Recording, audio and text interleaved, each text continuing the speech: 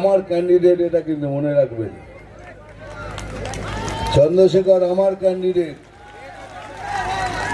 এ জিতে এলে পরে আমাদের হাত বাড়ি হবে, আমরা লড়তে পারবো ভালো করে।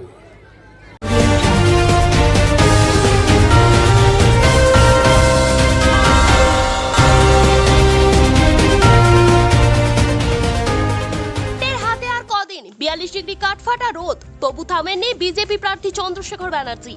নেওয়া খাওয়া ভুলে ময়দানে তিনি, আর আজ সেই ময়দানে নামলেন মহাগুরু। চন্দ্রশেখরের সমর্থনে বিকেলে জনসভা করলেন বিজেপির কেন্দ্রীয় নেতা মিঠুন চক্রবর্তী। সকাল থেকে মাঠে ঠায় দাঁড়িয়ে হাজারো মানুষ। মহাগুরু কখন আসবেন, কি বলবেন, সেই অপেক্ষা। মঞ্চে উঠতেই বাঁধ ভাঙা উচ্ছ্বাস, মেটালেন সবার আবদার। চন্দ্রশেখরকে ভোট দিয়ে জেতানোর ডাক দিলেন, তুলে ধরলেন বাংলার মহিলা যুবদের জন্য বিজেপির প্রতিশ্রুতি। সেখানে ৩,০০০ টাকা প্রত্যেক মহিলা বোনকে দেওয়া হচ্ছে। এখন যদি আমরা বলি আমরা দেব, তখন বলেই তো আমাদের কপি করছে না, এর আগে থেকেই ওখানে দেওয়া হচ্ছে। তাই পরিবর্তন এবার এটা হবে, এবার পশ্চিমবঙ্গে বিজেপি মানে আমরা প্রত্যেক মহিলা বোনকে ৩,০০০ টাকা করে মাসে দেব।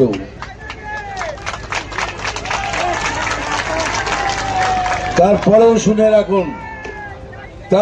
শুনে রাখুন, যত আমাদের মহিলা বোনরা আছেন সরকারি বাসে চাপলে তাদের টিকিট লাগবে না, 1 পয়সা দিয়েও টিকিট কাটতে হবে না।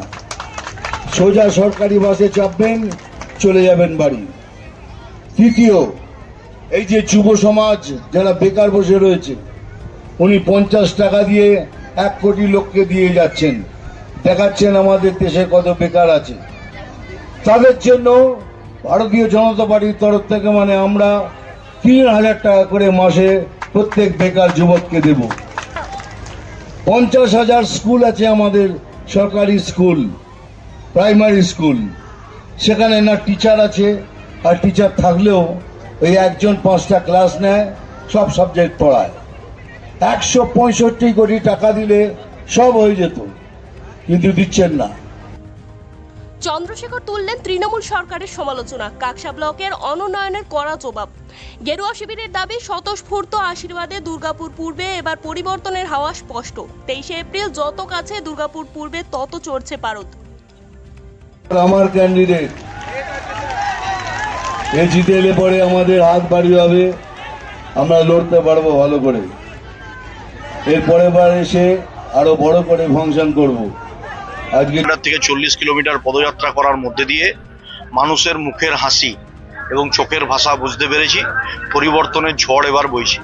গ্রামের প্রান্তিক মানুষগুলো 5 বছর এখান থেকে প্রদীপ মজুমদারকে পঞ্চায়েত এবং গ্রামোন্নয়ন মন্ত্রী করে নির্বাচিত করে তিনি পাঠিয়েছিলেন এখান থেকে বিধানসভায়, এবং উনি মন্ত্রী হয়েছিলেন। গ্রামীণ মানুষগুলো একটা রাস্তা, যে রাস্তা দিয়ে আপনারা এলেন, সেই রাস্তাটা ফিতে কেটে উদ্বোধন করেছে। রাস্তা কিন্তু তৈরি হয়নি। এখান থেকে শয়ে বালির ডাম্পার প্রতিদিন যায়। এখানকার বাচ্চারা স্কুল যেতে পারে না, গাড়ির তলে চাপা পড়ে যায়।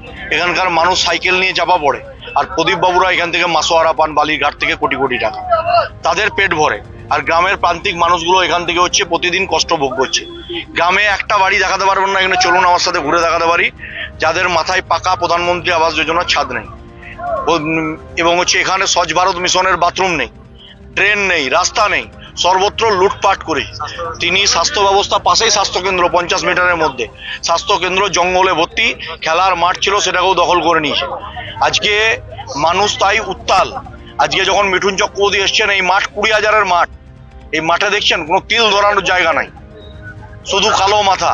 গ্রামীণ প্রান্তিক মানুষগুলো এই কারণে প্রতিবাদ করছে এবং পরিবর্তনের পক্ষে আওয়াজ তুলছে।